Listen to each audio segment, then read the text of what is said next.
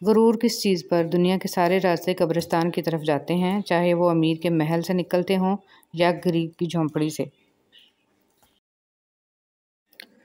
جب کوئی دنیاوی طور پر اونچے رتبے والا شخص آپ کو کہہ دے کہ میں آپ کے ساتھ ہوں تو آپ تسلی میں آ جاتے ہیں، لیکن جب اللہ رب العالمین آپ سے کہہ رہا ہے کہ میں صبر کرنے والوں کے ساتھ ہوں تو آپ اس کو معمولی کیوں سمجھتے ہیں؟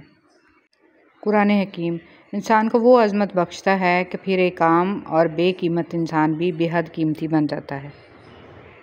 قرآن مجید کو ترجمے اور تفسیر کے ساتھ پڑھیں تاکہ آپ پہ وہ سارے جھوٹ عیاں ہو جائیں جو دین کے نام پہ بولے جاتے ہیں۔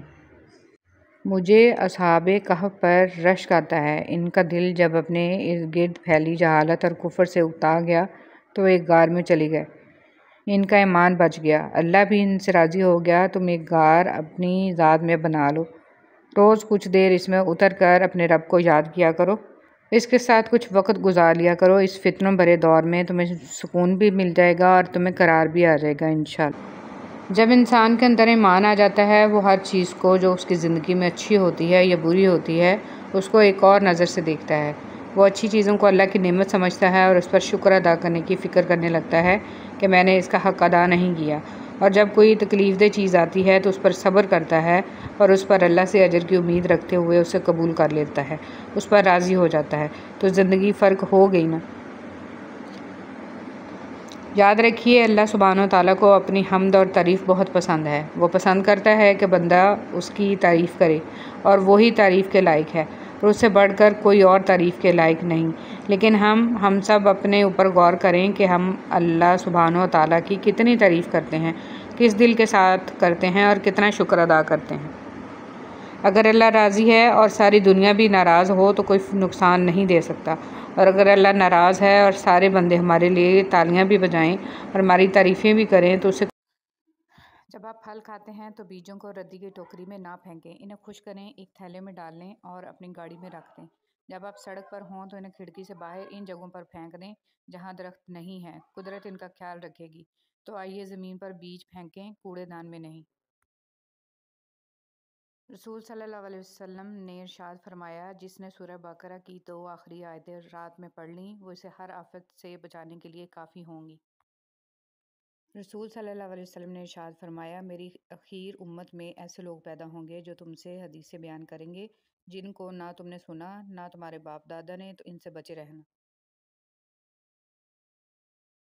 برداشت کے کانوں سے سنو، رحم کی آنکھوں سے دیکھو، محبت کی زبان سے بات کرو۔ مولانا رومی رحمۃ اللہ علیہ۔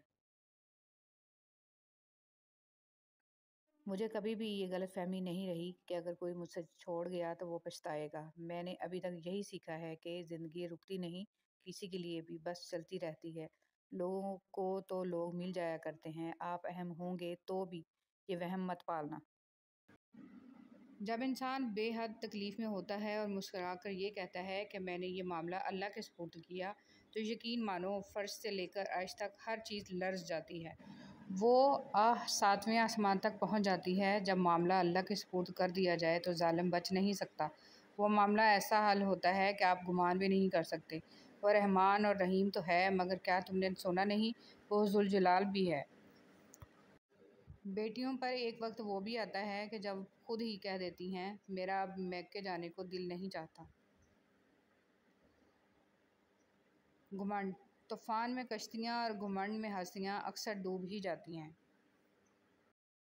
انسان کو خدا نے بہترین سانچے میں ڈھال کر پیدا کیا ہے، جنتی اور جہنمی وہ بعد میں بنتا ہے۔ مولانا جلال الدین رومی۔ رب سے اور ماں باپ سے دور رہ کے انسان پریشان ہی رہتا ہے۔ سورہ یوسف کا انتہائی پیارا سبق۔ زندگی میں اگر آپ کے انتہائی عزیز اور قریبی لوگ بھی آپ سے دغا کر جائیں، آپ کے خلاف ہو جائیں، تب بھی اگر آپ صبر سے کام لیں اور اللہ پاک پہ کامل بھروسہ رکھیں تو اللہ پاک آپ کو وہ مقام عطا کریں گے کہ زمانہ دیکھتا رہ جائے گا۔ یہ جانتے ہوئے بھی کہ خدا دیکھ رہا ہے، تم پھر بھی دیکھتے ہو کہ کوئی دیکھتا نہ ہو۔ گھر سونے چاندی سے نہیں، ہمیشہ اچھے اخلاق سے آباد ہوتے ہیں۔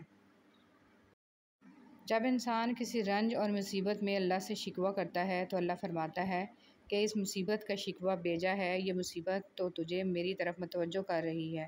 تجھے شکوہ تو میری اس نعمت سے ہونا چاہیے جو تجھے مجھ سے بے نیاز بناتی ہے۔ مولانا رومی رحمۃ اللہ علیہ۔ یہ نفس بد یقین ہے جس نے نمرود کو بھی تباہ کیا، ایک پھاڑ کھانے والا بھیڑیا ہے۔ اپنے نفس کی ہمیشہ مخالفت کرتے رہو۔ خطرناک وہ ہوتے ہیں جو اندر سے بدصورت ہوتے ہیں۔ چہروں کی بدصورتی کسی کو نقصان نہیں پہنچاتی،